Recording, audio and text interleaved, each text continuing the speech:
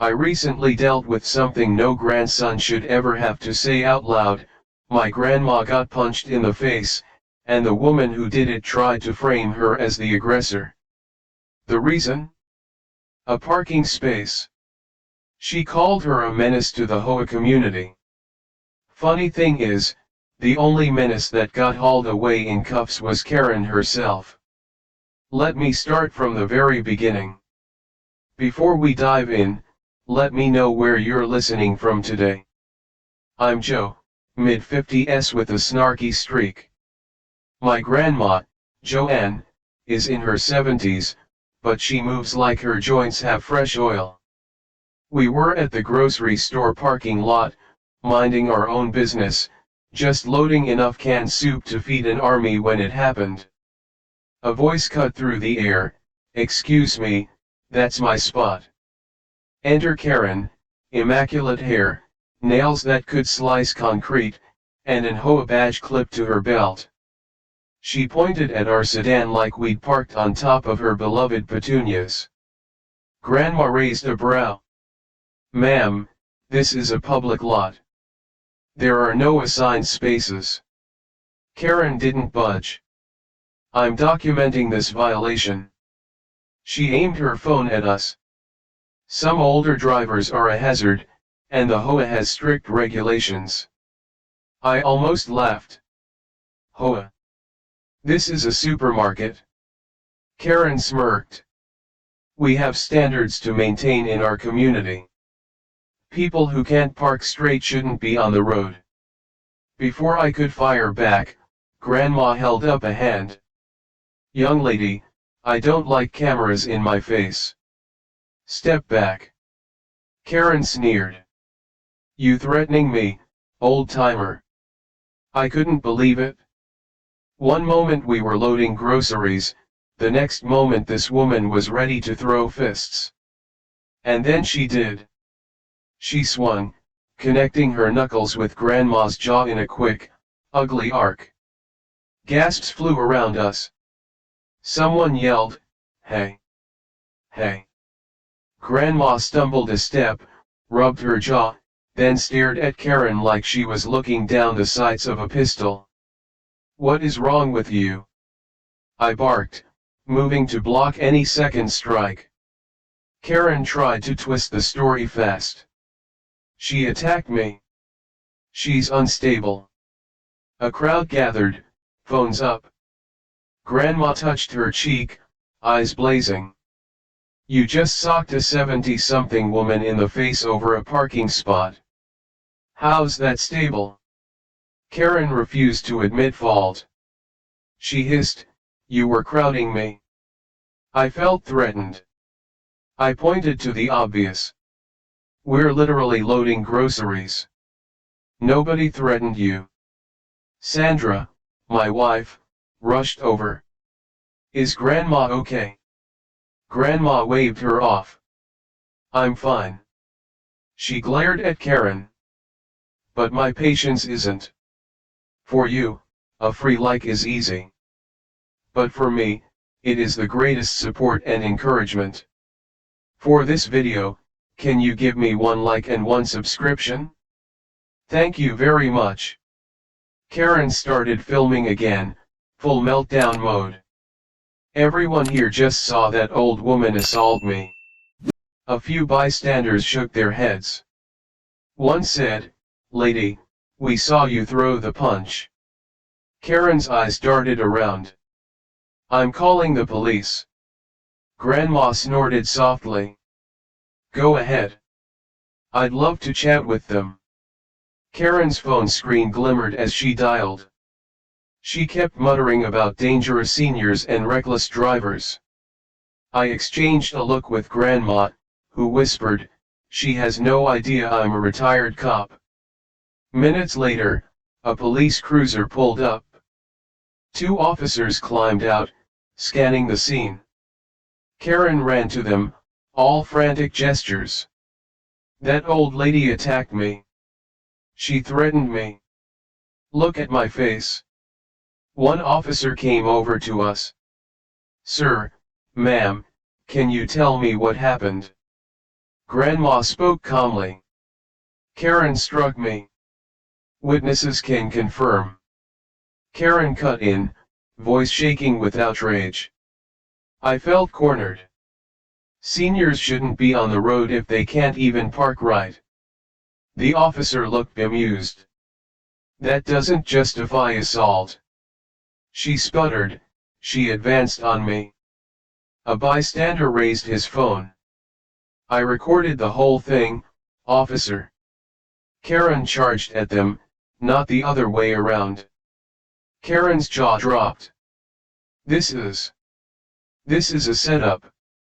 Sandra couldn't hold back. A setup? You literally punched someone half a minute after yelling about parking.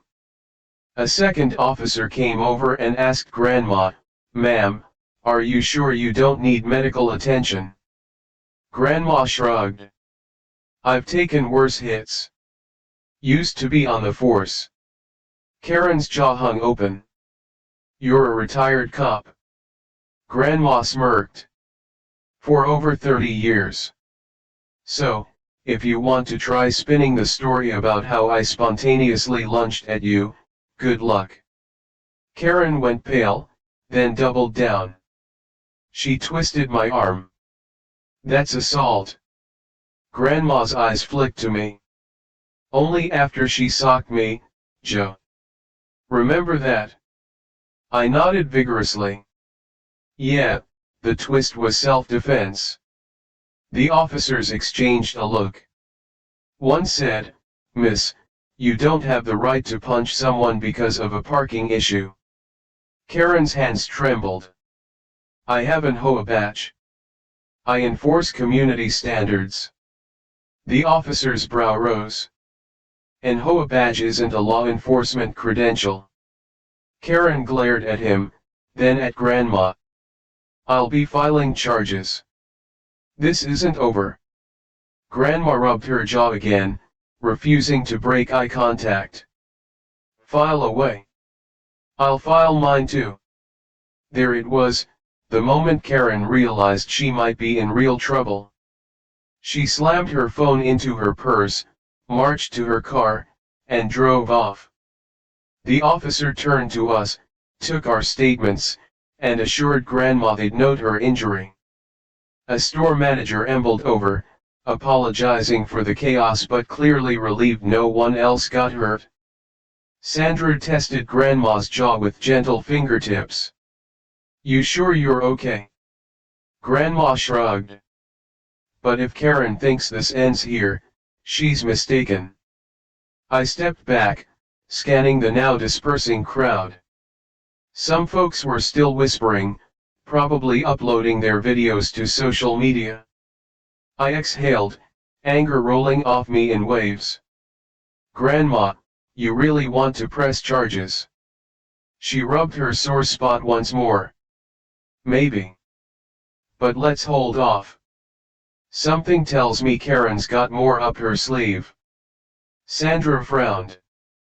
So, we wait until she escalates. Grandma's eyes narrowed. I want to see how deep her influence runs.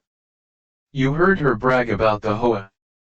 These power-tripping types are never alone. I didn't love the sound of that, but I trusted her instincts. Sandra and I helped Grandma into the car, loaded the groceries, and started the drive home. My pulse still pounded. Who picks a fight with an elderly woman in a parking lot? For you, a free like is easy. But for me, it is the greatest support and encouragement. For this video, can you give me 1 like and 1 subscription? Thank you very much. On the way, Grandma flipped through her phone contacts, calling an old friend on the force. She muttered, that punch might just be the tip of the iceberg. I snuck a glance in the rearview mirror. You think she's got connections? Grandma gave me a wry smile. When people act this bold, it's usually because they feel backed by something or someone. Let's find out. I gripped the steering wheel. If she's messing with you, She's messing with all of us, and I don't tolerate that. Sandra reached for my hand. We've dealt with worse, right? I nodded, though my gut churned. Karen's arrogant face was seared into my mind. Something told me she wouldn't fade away quietly. As soon as we got home, Grandma dialed a retired lieutenant she knew. I overheard bits of her conversation. Yeah, a fiasco, punched me in the face. Yes, I'm sure, she's a ringleader. Oh, I'll keep you posted. She hung up, jaw set with fresh determination. Told him everything. He's going to ask around. Sandra sighed. This is nuts. Who throws a punch over a slightly crooked parking job?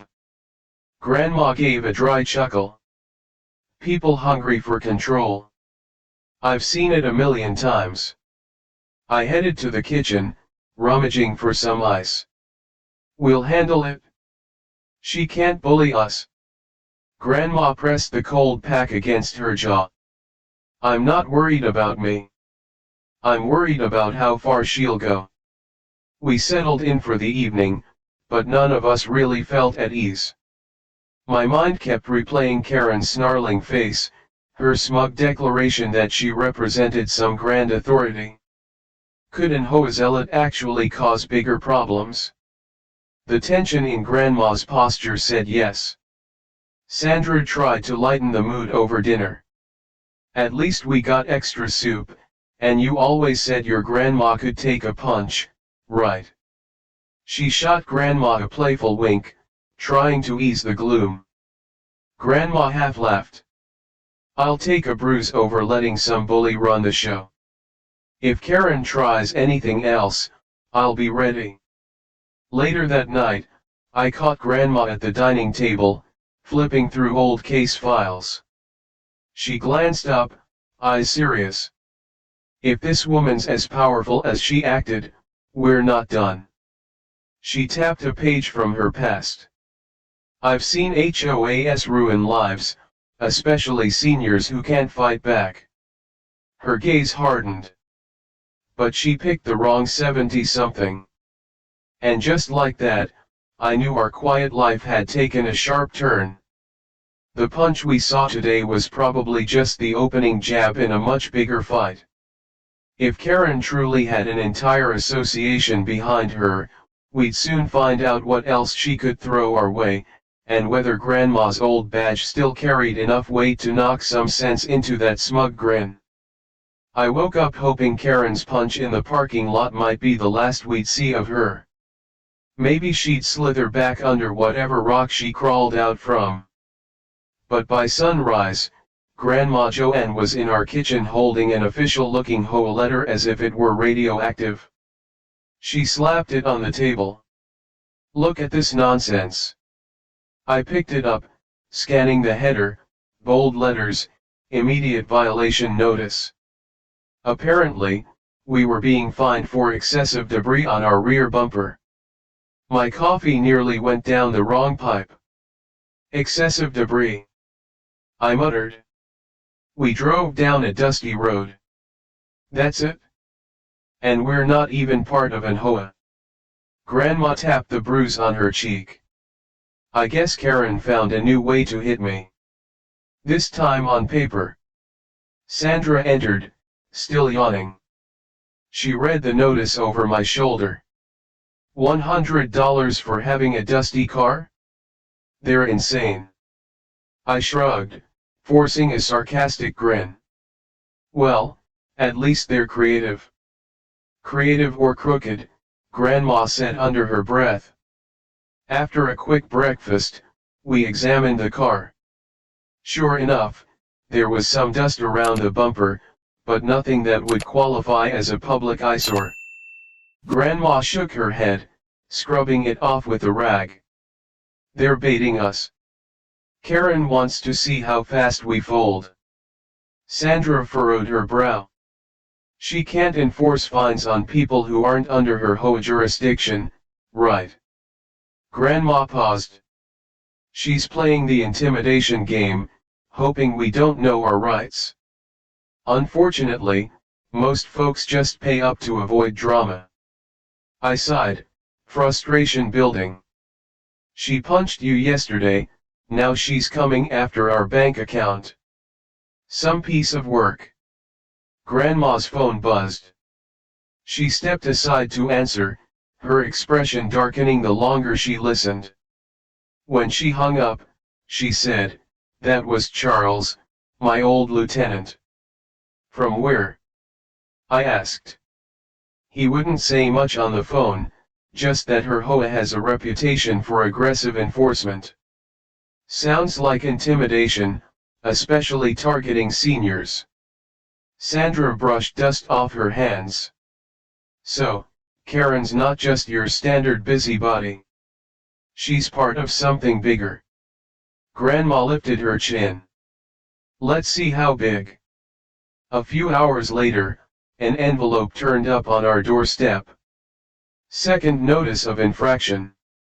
This time, we were accused of unapproved trash bin placement.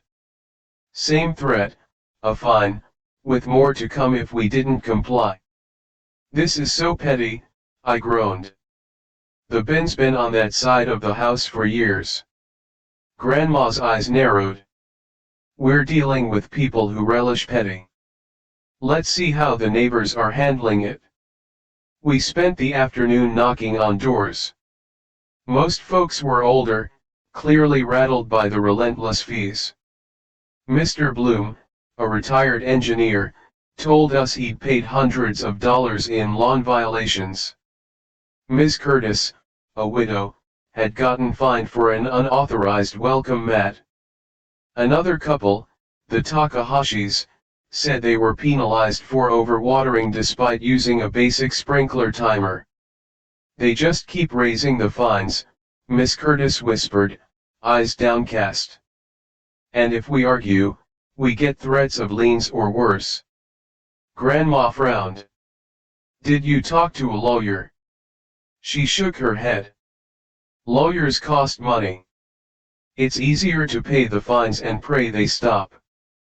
Back on the sidewalk, Grandma looked ready to burst.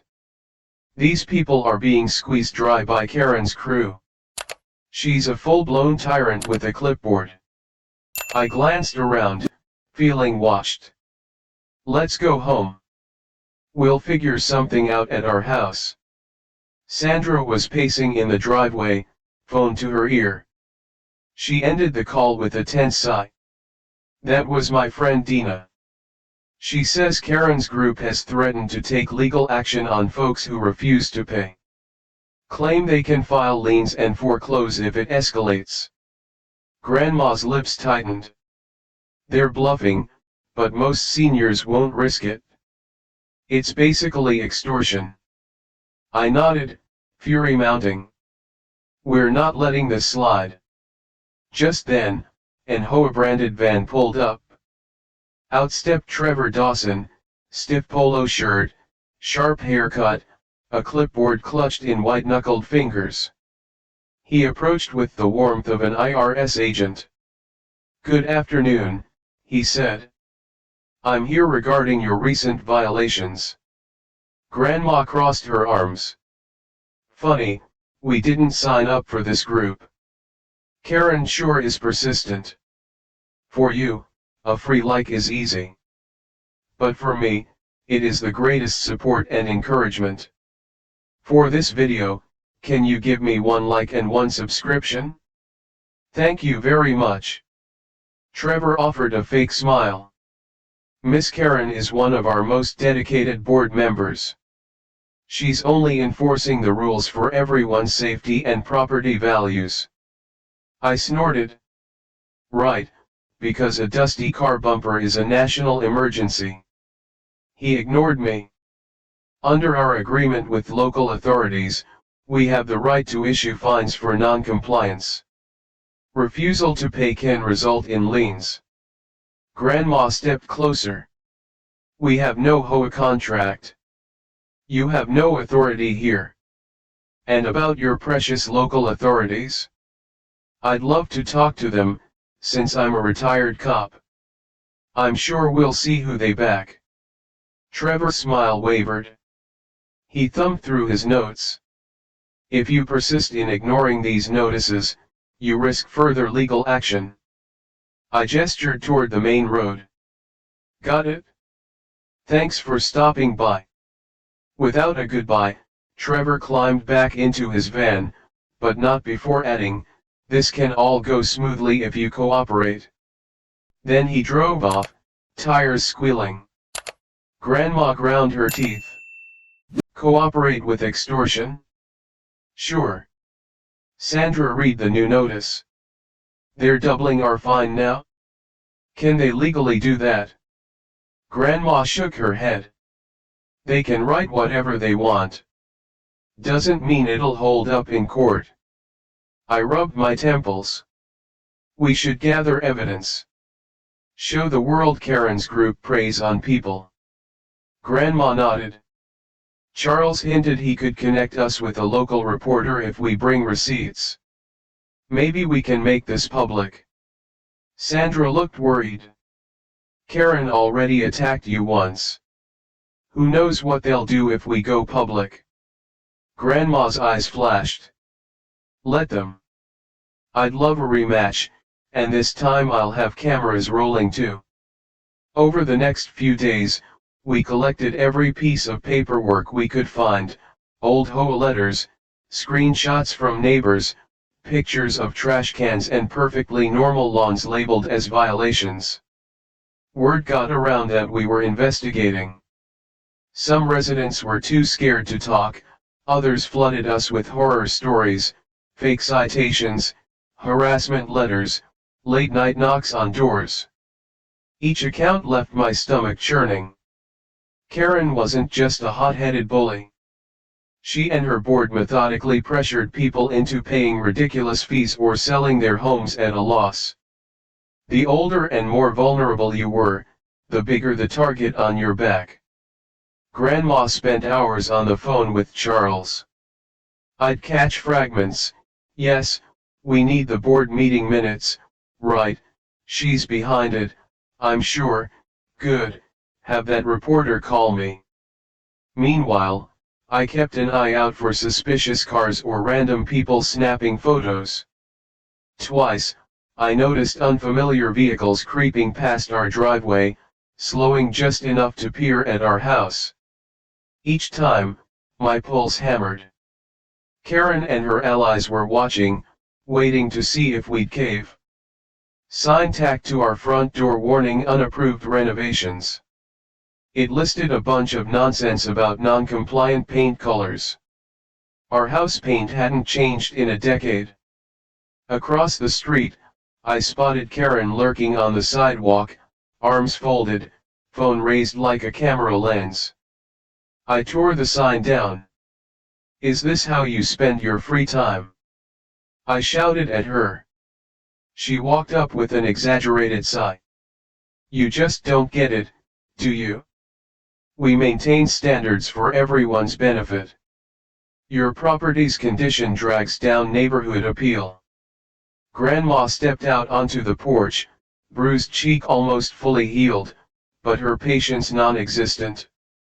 The only thing dragging down this neighborhood is your ego. Hit me again if you want. I'll add assault charges to your rap sheet. Karen's face twitched. You think you're above the rules because you're old? You don't scare me. Grandma tilted her head. I'm not trying to scare you. I'm promising you. Keep this up, and your little Hoa empire crumbles. Karen's eyes flickered with anger. You talk big for someone who's about to face multiple liens. I can make calls, you know. I forced a dry laugh. We've already made ours. She didn't respond, just glowered, phone still in hand, before turning and walking away. The tension around us felt like a live wire. That evening, we gathered every scrap of evidence, violation letters, neighbor testimonials, even pictures of Karen's goons patrolling our block. We had a decent file ready for the reporter Charles mentioned. Grandma fired off an email, and within an hour, we got a response. A local journalist named Eva wanted to meet. Sandra insisted we hold the meeting at a public cafe, somewhere we'd be safe from sudden ambushes. Grandma agreed, though she joked, "If Karen tries to ambush me again, I'm prepared." I didn't doubt it. Before bed, I took a peek outside. The street was quiet, no sign of suspicious vehicles. Still, my nerves were on edge. These people had a lot to lose if we blew the whistle: money, power, pride. A single punch from Karen was probably the gentlest move in their playbook. The next morning, we headed to the cafe. Eva was waiting with a notebook and a small camera. She shook our hands, thanked us for our time, and asked, "So, tell me about this Hoa." It's not typical for them to operate outside their own subdivision. Grandma slid a folder across the table. They do more than operate. They harass, intimidate, and find people into submission. Karen's the ringleader. I opened my laptop, showing her digital copies of letters, videos neighbors sent in, and statements detailing skyrocketing fines. Eva's eyes widened. This is massive. If half of this is accurate, they're violating multiple consumer protection laws. Sandra leaned forward. We even have footage of Karen assaulting Grandma. Grandma touched her cheek. She claims self-defense, but I'm no fool. She knows exactly what she's doing. Eva scribbled notes. Let me be blunt. If I run a story, the Hoa might retaliate. They can get vicious. Are you prepared for that? Grandma nodded. We're not backing down. I forced a smile, ignoring my own jitters. They've already tried to bury us in notices and threats. One more won't kill us.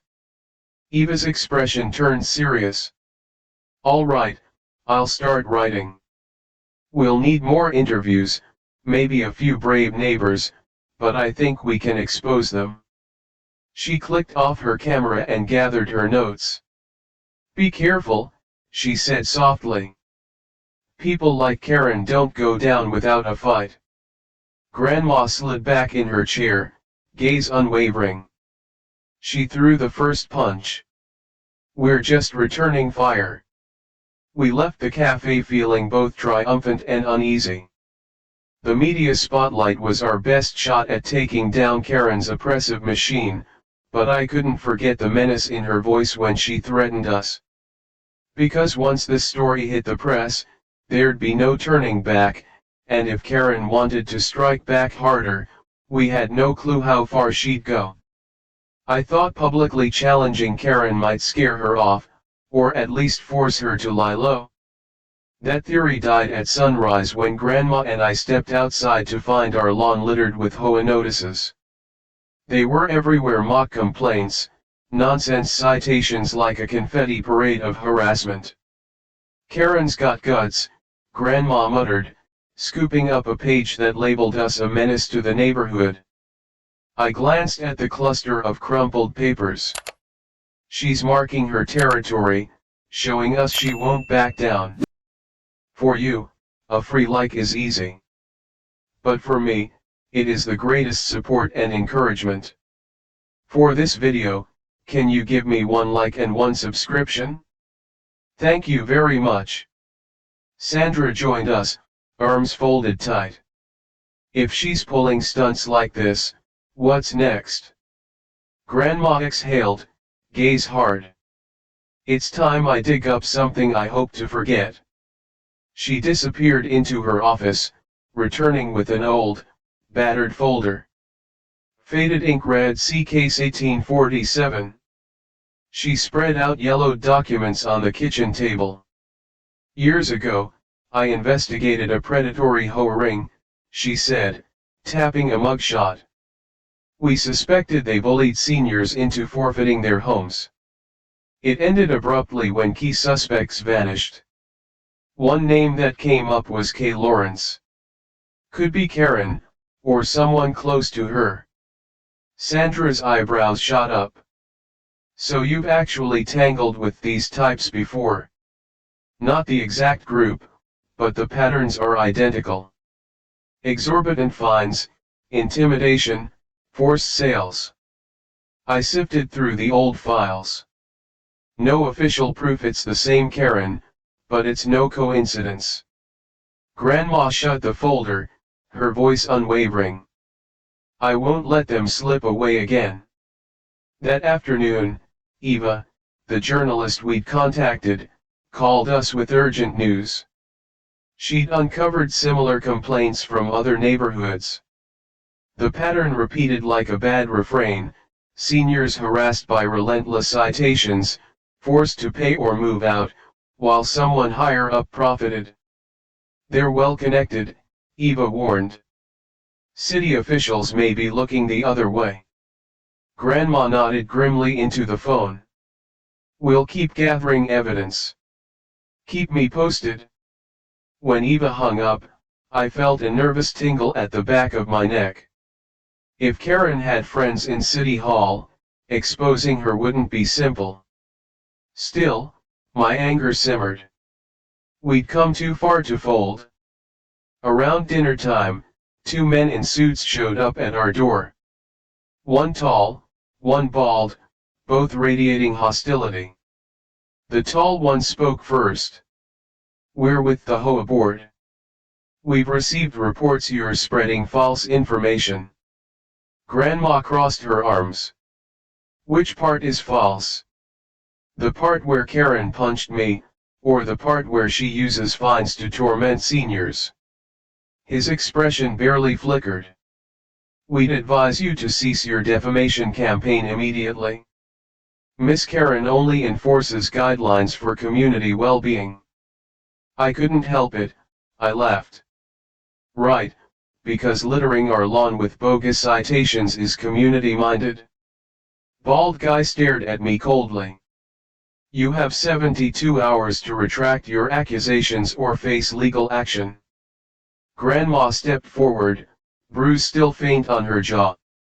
I'm a retired cop, and trust me, I know how this ends.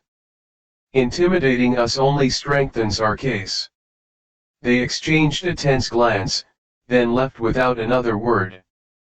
Sandra watched them go, shuddering. They've clearly done this before. Grandma gathered the phony notices from the yard, tossing them in a trash bag. They don't realize we're not backing down.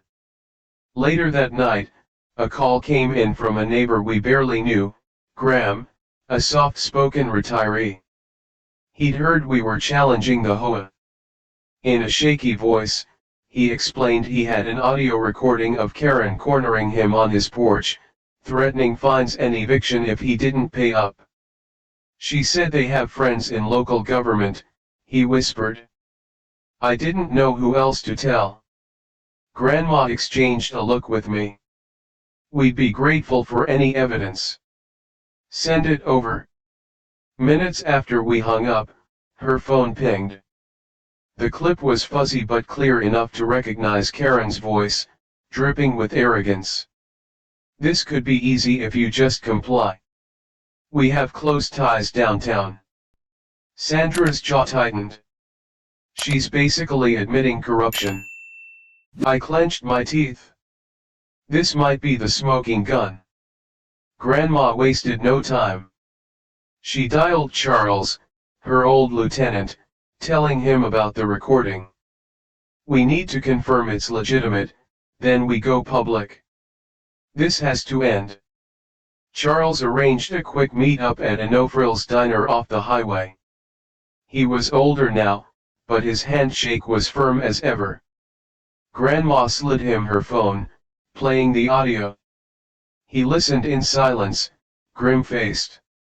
This is serious, he said, passing it back. You've got them threatening a homeowner, implying city officials will cover for them. Grandma nodded. Enough to warrant a deeper investigation. He rubbed his chin. Yes, but we'll need more details. If Karen's truly part of the old ring you investigated, exposing her network might shake up half the county. I shrugged. Good. Let it shake. Charles sipped his coffee, eyes sharp. Just be ready for pushback. People with power hate being cornered. Grandma's reply was immediate. They cornered the wrong ex-cop. When we got home, our front window was shattered, glass shards littering the living room. A brick lay among the debris, wrapped in a scrap of paper reading, "Stop or else." Sandra gasped, eyes wide. Oh my God. Grandma's fury flashed. They want to scare us off. That's the only card they know how to play.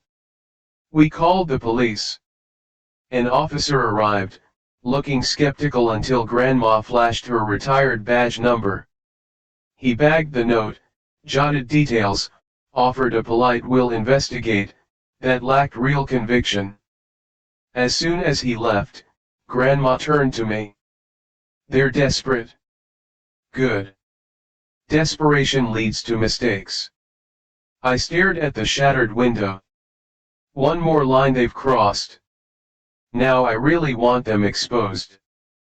Sandra swept up glass, shaking her head. How far will they go? Grandma's gaze remained on the empty window frame. Far enough that we can't let our guard down. But they're not prepared for what happens when we push back harder. Hours later, as we tried to settle in, my phone buzzed with an unknown text, "You have no idea who you're up against." I showed Grandma.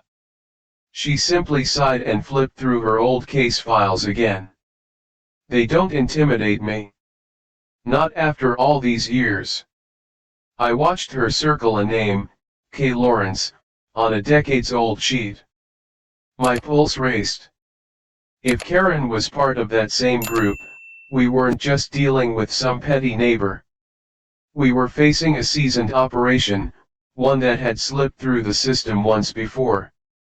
Yet, with Grandma's determination, I felt a spark of pride. She'd been forced into early retirement when her superiors balked at tangling with this corruption. Now, she had a second chance to right that wrong. That's when she set down the pen and looked me square in the eyes. Tomorrow, we give Eva every shred of evidence we have. No more holding back. My nerves crackled with anticipation. This is going to be messy. She nodded, the bruise on her face a reminder of how it all began.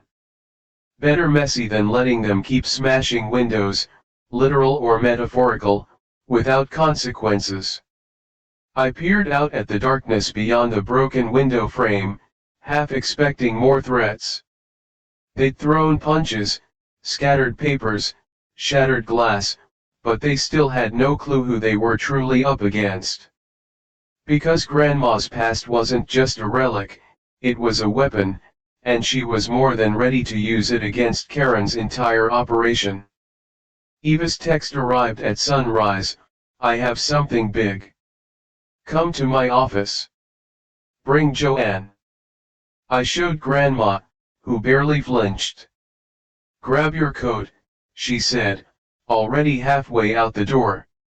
Whatever Eva found, it was our best shot at taking Karen down.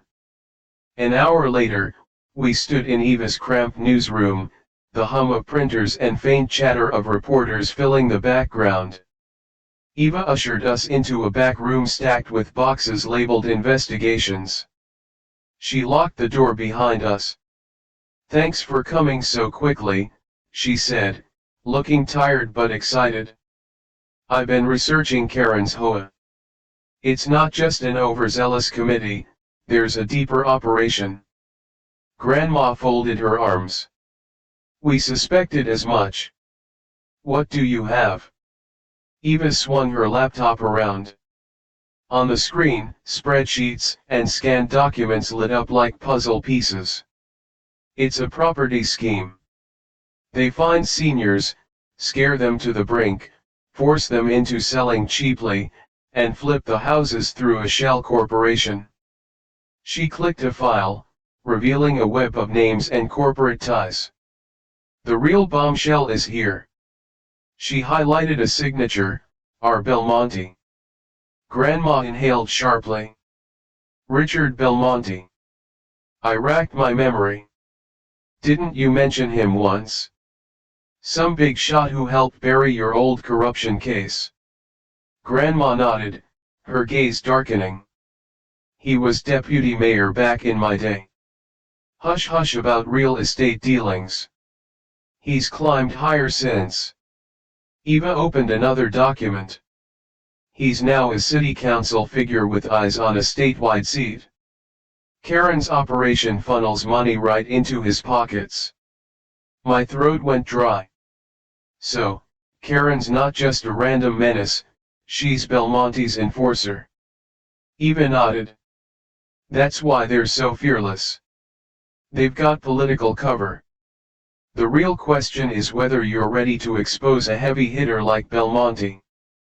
Things could get explosive. Grandma's jaw tightened. I've wanted him exposed for years. Better late than never. We left the newsroom with adrenaline coursing through our veins. I expected Grandma to drive us straight home, but she detoured toward the local police station, phone in hand. She called Charles, her old lieutenant, and asked him to meet us outside. He hurried to meet us by the side entrance, eyes flicking around for eavesdroppers. You two again? He muttered, though his face showed concern. Let me guess, you're deeper in the hornet's nest. For you, a free like is easy. But for me, it is the greatest support and encouragement. For this video, can you give me 1 like and 1 subscription? Thank you very much.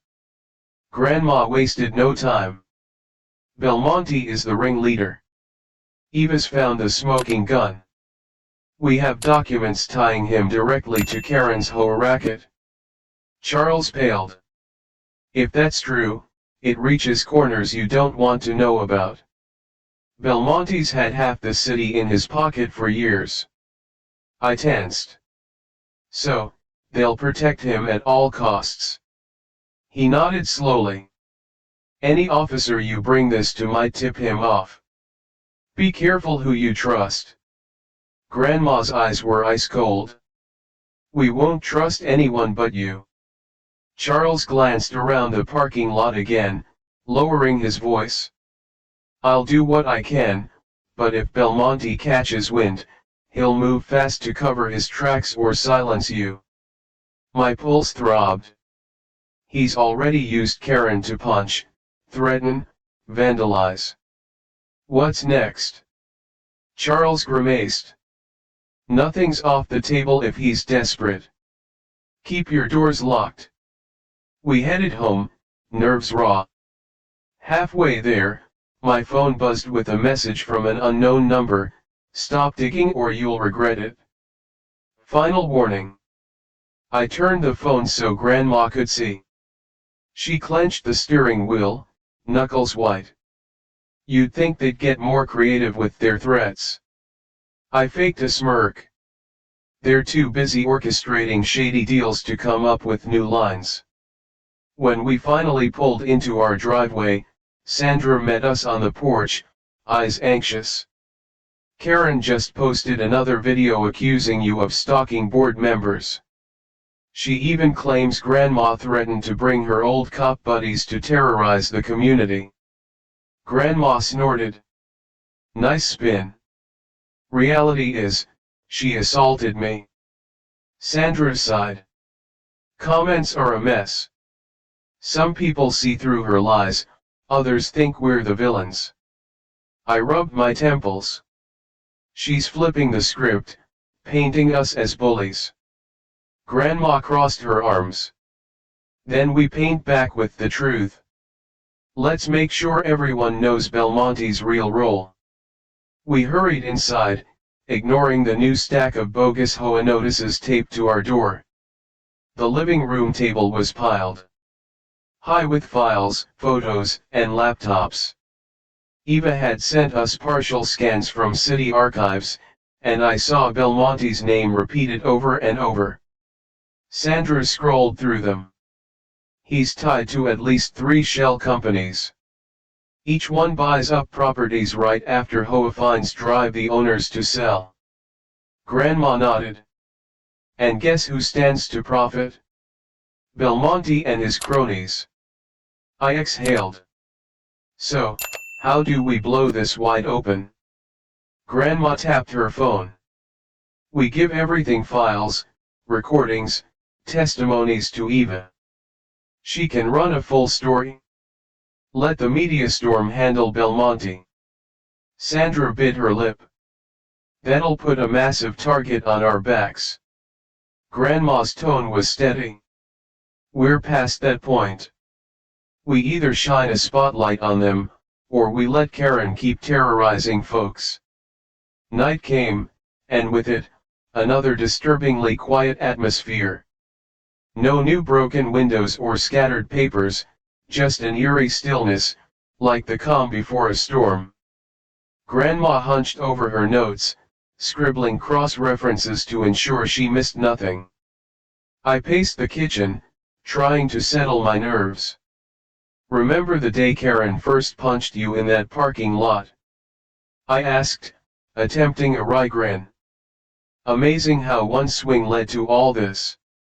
Grandma didn't glance up. Sometimes that's all it takes. A single blow to knock the truth loose. She paused, rummaging in her file for an ancient snapshot. It showed a young Belmonte at a ribbon-cutting ceremony, standing beside a smiling rookie cop grandma. The date was scrolled on the back, years before my time. I helped him secure public trust back then, Grandma said bitterly. He championed small housing reforms. Little did I know he was sowing the seeds of something bigger. My stomach nodded. He used your credibility, then turned on you. She set the photo aside, eyes burning. And now we turn on him. By morning, we'd compiled a complete dossier: dates, financial records, witness statements from neighbors who'd been forced out, the audio clip of Karen's threats, and Eva's newly uncovered link to Belmonte's shell companies. We had enough to ignite a political scandal that could topple a rising star. Just as we finalized the files, there was a furious pounding on our front door. I exchanged a tense look with Grandma and Sandra, then eased it open. A wild-eyed neighbor, Mr. Gonzalez, stood there, out of breath. "They're at my house," he sputtered.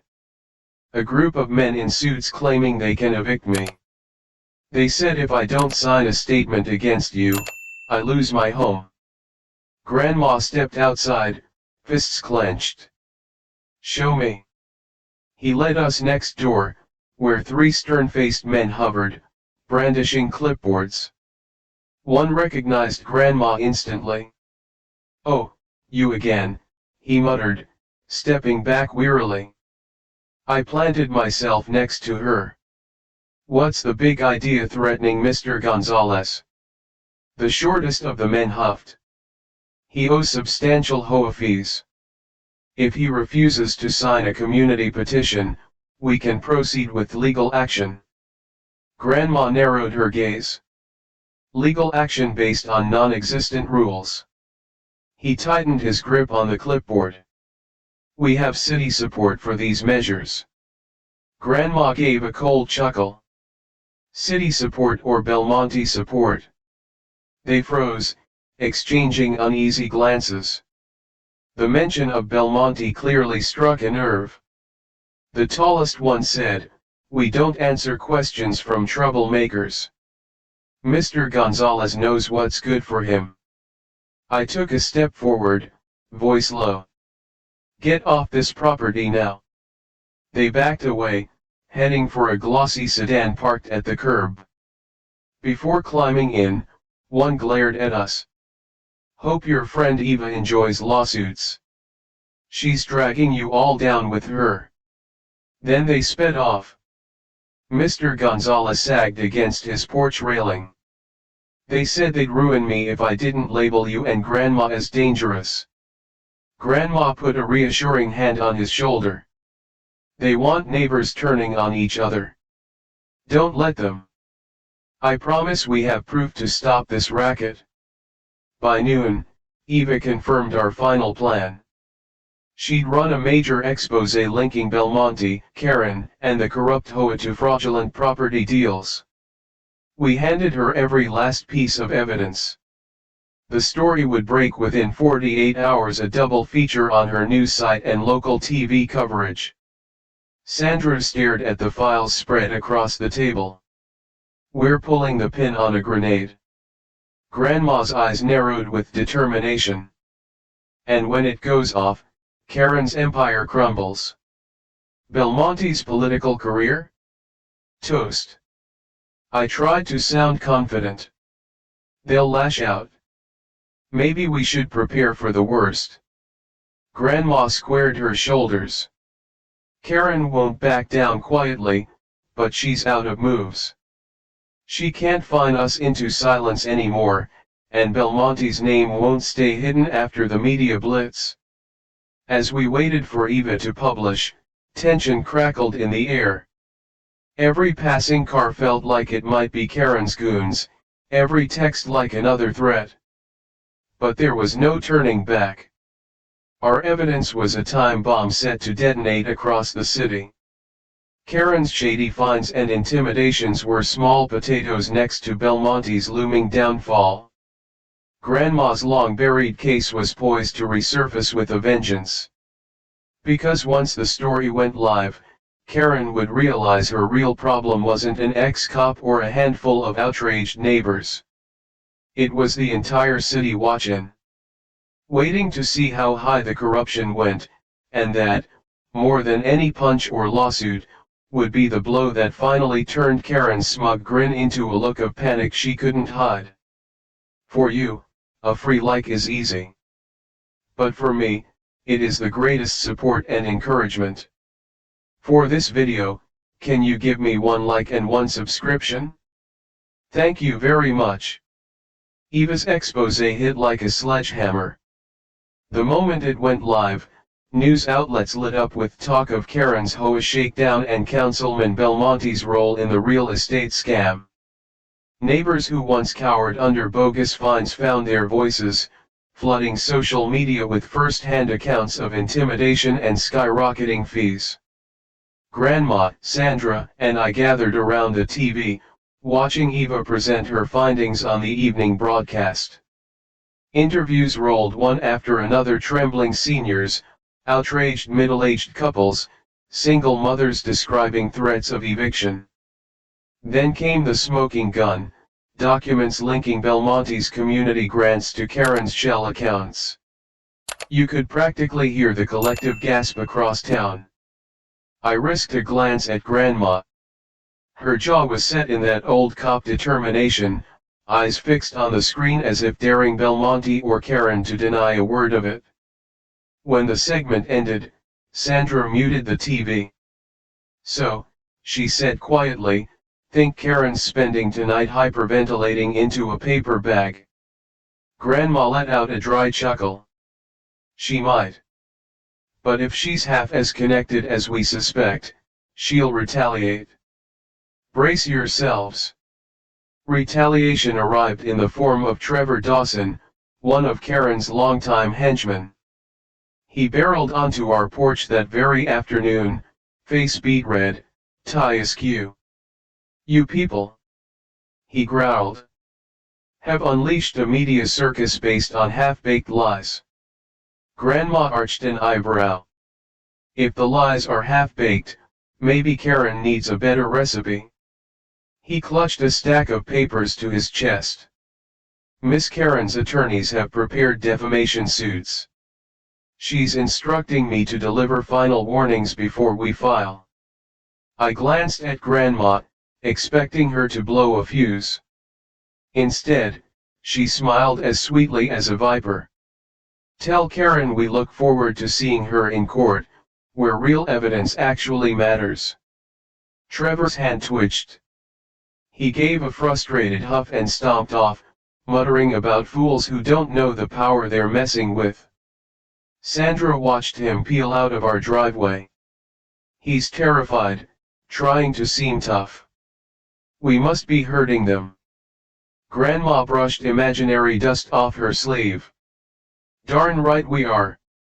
By sunset, we'd heard whispers that Belmonte was holed up in his office, refusing interviews. The press staked out City Hall, hoping for a glimpse of him. Late-night news showed a snippet of him darting into a car, shouting no comment at reporters. I paced our living room, adrenaline pulsing. He's panicking. Karen's meltdown must be epic. Grandma studied her phone. We're getting messages from neighbors all day. Some terrified of retribution, some eager to testify if it means toppling Karen's hoa once and for all. Sandra nodded. We should gather those testimonies, forward them to Eva and the detective who visited. Grandma's gaze flicked to the window as if expecting a rock through the glass. Yes. The more evidence, the less they can spin. The next morning, Charles, Grandma's old lieutenant, showed up looking even more haggard than before. He held up a worn folder. Got a partial record of city funds Belmonte funneled into the hoa. Corrupt as it gets. Thought you'd want to know. I flipped through the papers, stomach clenching. He labeled it neighborhood improvement. Talk about irony. Charles shrugged. He disguised everything under grants and community fees. Karen's side acted as enforcers, threatening folks into selling so Belmonte's shell company could flip the properties. Grandma shook her head, anger rippling under her calm facade. So, our tax dollars help fuel Karen's reign of terror. Lovely. Charles sighed. I'll keep pushing from inside the department, but watch your backs. Belmonte still has friends in high places. Grandma's mouth pressed into a firm line. Let them come. We're past hiding. That afternoon, we heard rumors of an emergency hoa meeting at the local community center. Word spread fast. Karen planned to rally supporters, paint us as frauds, and declare the expose a fabricated smear. Several uneasy neighbors texted me, saying they feared being targeted if they didn't attend. Sandra huffed. Sounds like a last-ditch PR stunt. Grandma smirked. Why not crash it? Let's see how Karen spins her lies when we're standing right there. I grinned. I'm in. Let's do it. We walked into the community center to find it crammed with anxious residents. At the front, Karen clutched a microphone like a lifeline, flanked by her usual board members. She wore a forced smile, but her eyes darted nervously across the room. The second we stepped inside, the hush was deafening. Karen spotted us, and her expression hardened. What a surprise!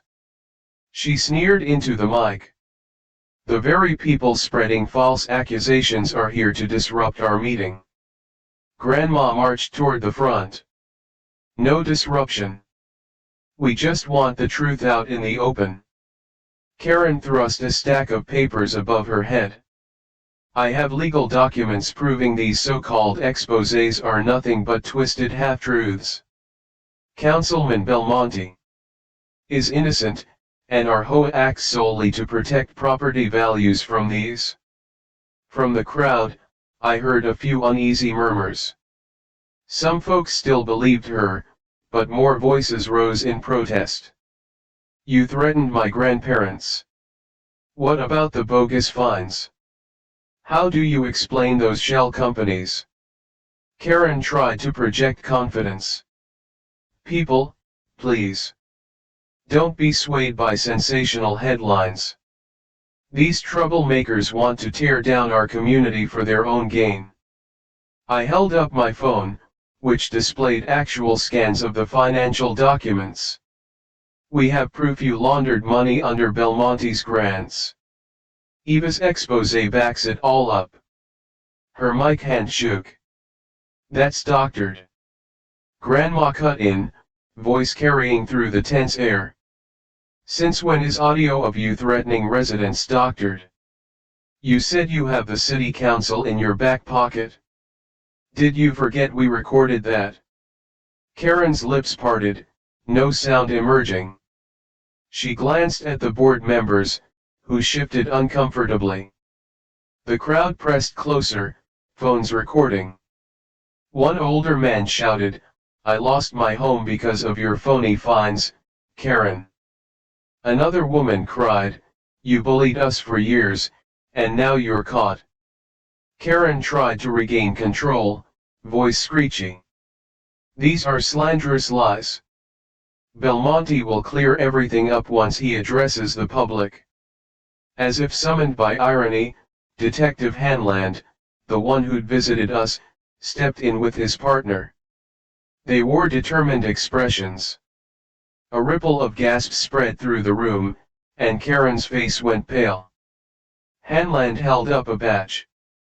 "Miss Karen, we have reason to believe you participated in fraud, intimidation, and conspiracy.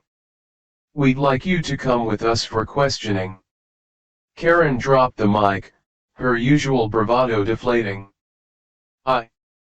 I've done nothing wrong. This is harassment." The detective approached calmly. "We've collected statements from dozens of homeowners, plus financial records showing a clear link to Belmonte's shell company." Her eyes darted around the room, searching for a friendly face, but the neighbors who once kept silent were now glaring, phones raised, some hurling accusations she'd once pinned on them.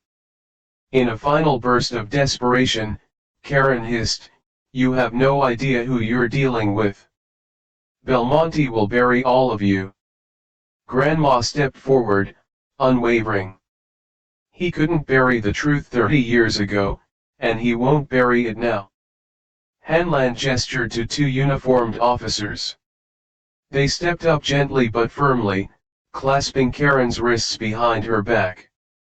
She let out a wail, twisting to throw us a final scowl. "I'll make you pay." The officers led her away, her threats echoing through the stunned crowd. More murmurs rose, some outraged, some relieved. A few neighbors broke into applause. Outside, we breathed the cool air, adrenaline still crackling. The detective paused by us, nodding gratefully. "Thanks for your cooperation. We'll keep you updated on the case. And if Belmonte tries anything," Grandma gave a firm nod, "we'll be ready. For you, a free like is easy. But for me, it is the greatest support and encouragement. For this video, can you give me 1 like and 1 subscription? Thank you very much." As Karen was driven off in the back of a squad car, the weight of her final warning loomed. She believed Belmonte would swoop in to save her, or at least retaliate on her behalf. But for tonight, the neighborhood had seen their self-appointed tyrant taken away in cuffs. It felt like a victory, even if the bigger boss, Belmonte, remained at large. Neighbors approached us in waves, offering tearful thanks, apologizing for not speaking up sooner. One man, voice trembling, said, "She hounded my elderly mother until she sold her home. That won't happen to anyone else now, right?" I looked at Grandma, who placed a reassuring hand on his shoulder. "Not if I have anything to say about it." We headed home under a swirl of mixed emotions, triumph, relief, and the annoying sense that the war wasn't over. Karen was just one piece of the puzzle. Belmonte still held powerful connections, lurking behind the scenes. And if Karen's arrest was any indicator, we were about to force a showdown with a much bigger villain, a man who'd built an empire on the misery of others and thought himself untouchable. We toppled Karen's facade, but the real question loomed, when Belmonte realized his loyal enforcer was in handcuffs. How fast and how hard would he strike back? Karen's arrest echoed through the neighborhood like a clap of thunder. People who'd lived in fear suddenly peered out their windows, drawn by the sight of flashing lights and the quiet thrum of justice finally stepping in. The next day, the local newspaper plastered her mugshot across the front page, "Hoa board member charged with fraud, assault." I sat at the kitchen table, reading each article with a strange mix of relief and lingering adrenaline. Grandma, standing behind me, let out a sharp breath. "Took them long enough," she muttered, gently rubbing the faint scar on her jaw. Sandra nudged a plate of toast toward us. "You sure it's over?" she asked, worry flickering in her eyes. "Karen's behind bars," I said, scanning a second headline mentioning her ties to Councilman Belmonte. "But we still have him to worry about." As if on cue, my phone buzzed. Charles, Grandma's old lieutenant, sounded breathless. "Belmonte's offices were raided this morning," he said. "Investigators found plenty of shady financial records. He'll be indicted soon." Grandma arched a brow at me. "Looks like the big fish is finally hooked." A week later, the doorbell rang.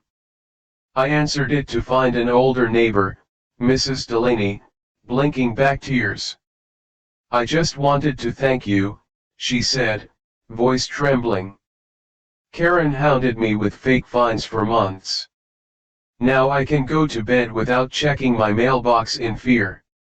I smiled softly, inviting her in for a moment. Grandma offered her a seat, and we listened as Mrs. Delaney recounted every petty threat and humiliating scolding Karen had dished out. "I feel free," she said, shoulders finally relaxing, like a weight's been lifted. Hearing it firsthand made all the tension, the broken windows, and the heated confrontations worth it.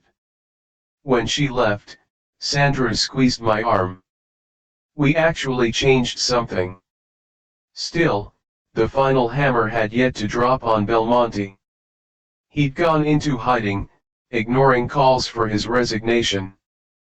News stories speculated about elaborate defenses he might mount, some even suggested he'd skip town.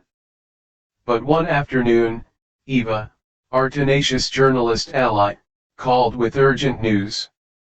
"They've charged him," she said, voice electric with excitement. "Multiple counts of fraud, money laundering, conspiracy. He's expected to turn himself in today." Grandma and I shared a look, half triumphant, half disbelieving. "He's truly going down?" I asked. "If the evidence holds up," Eva replied, "he's finished. City Hall's abuzz, the state attorneys are involved, and folks are furious they were duped by him for so long." When we hung up, Grandma pressed her lips together. "That's the last puzzle piece. Getting Belmonte out of power after everything he did to enable Karen. It's about time." The day of Belmonte's surrender, the local news ran non-stop footage of him arriving at the courthouse, flanked by lawyers and scowling supporters. Outside, a crowd of reporters erupted with questions. He dodged them all, repeating, "No comment, no comment," until he disappeared inside. Sandra and I watched on TV, hearts pounding. A sense of finality washed over me. This was the man behind every nasty notice, every forced sale, every punch Karen felt confident enough to throw. Now, he stood on the cusp of trial, facing the full force of the law. Grandma walked into the living room just as Belmonte vanished from the camera's view. She let out a low sigh. I never thought I'd see him in handcuffs.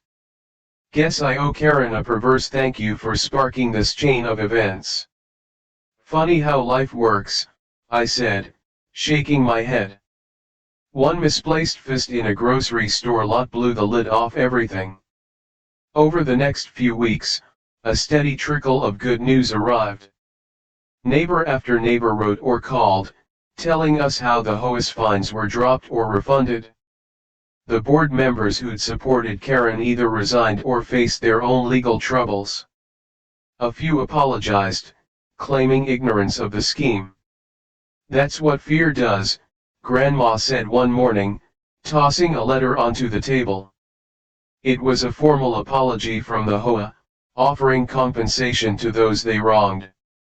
Makes otherwise decent folks look the other way until they can't anymore. By the time Karen's trial date rolled around, she'd agreed to a plea deal, presumably naming Belmonte and others to lighten her own sentence. Meanwhile, Belmonte himself awaited a separate trial.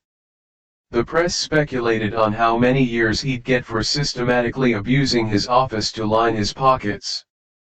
We didn't need the details. For us, the real victory was seeing our street and our neighbors breathe free again. No more cryptic letters, no more menacing uniformed inspectors, no more running to the window every time we heard footsteps outside. One evening after dinner, Grandma, Sandra, and I gathered on the front porch, watching a gentle sunset light up the sky. There was a stillness now, a quiet reassurance that our home was ours again. Grandma sipped her tea, eyes drifting to the parking spot out front where everything began. Funny, she murmured, I thought that punch was going to bruise my pride more than anything. Turns out it bruised an entire criminal empire. Sandra laughed softly. We tore them down by refusing to be bullied. You especially, she added, nudging Grandma's shoulder. Grandma shrugged, an uncharacteristically modest gesture. I guess once a cop, always a cop. Didn't know I'd spend retirement taking on a crime syndicate, but here we are. I stared at the quiet street, reflecting on how much had changed. In the early days, we were just a family harassed by a petty tyrant.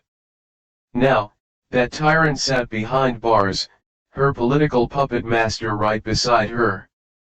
Neighbors had come together, the press had done its job, and a once fearful community reclaimed its voice. I took a breath, letting the night air fill my lungs. I'm just glad we stood our ground. Karen never saw it coming. Grandma nodded, setting her teacup down with a final clink. We didn't just hold our ground, we exposed the rot at the city's core. That's no small thing. Despite the chaos of the past weeks, it felt like our neighborhood was healing.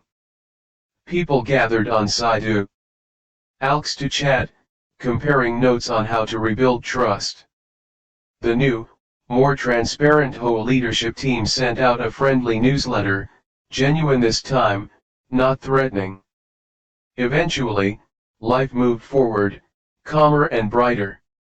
Karen might have started this war with a punch, but she ended it by toppling her own empire.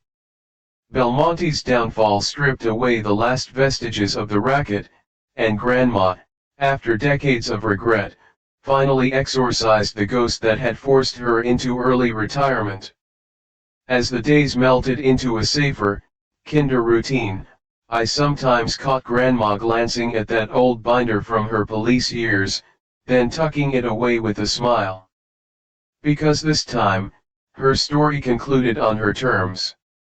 No forced silence, no locked-up secrets.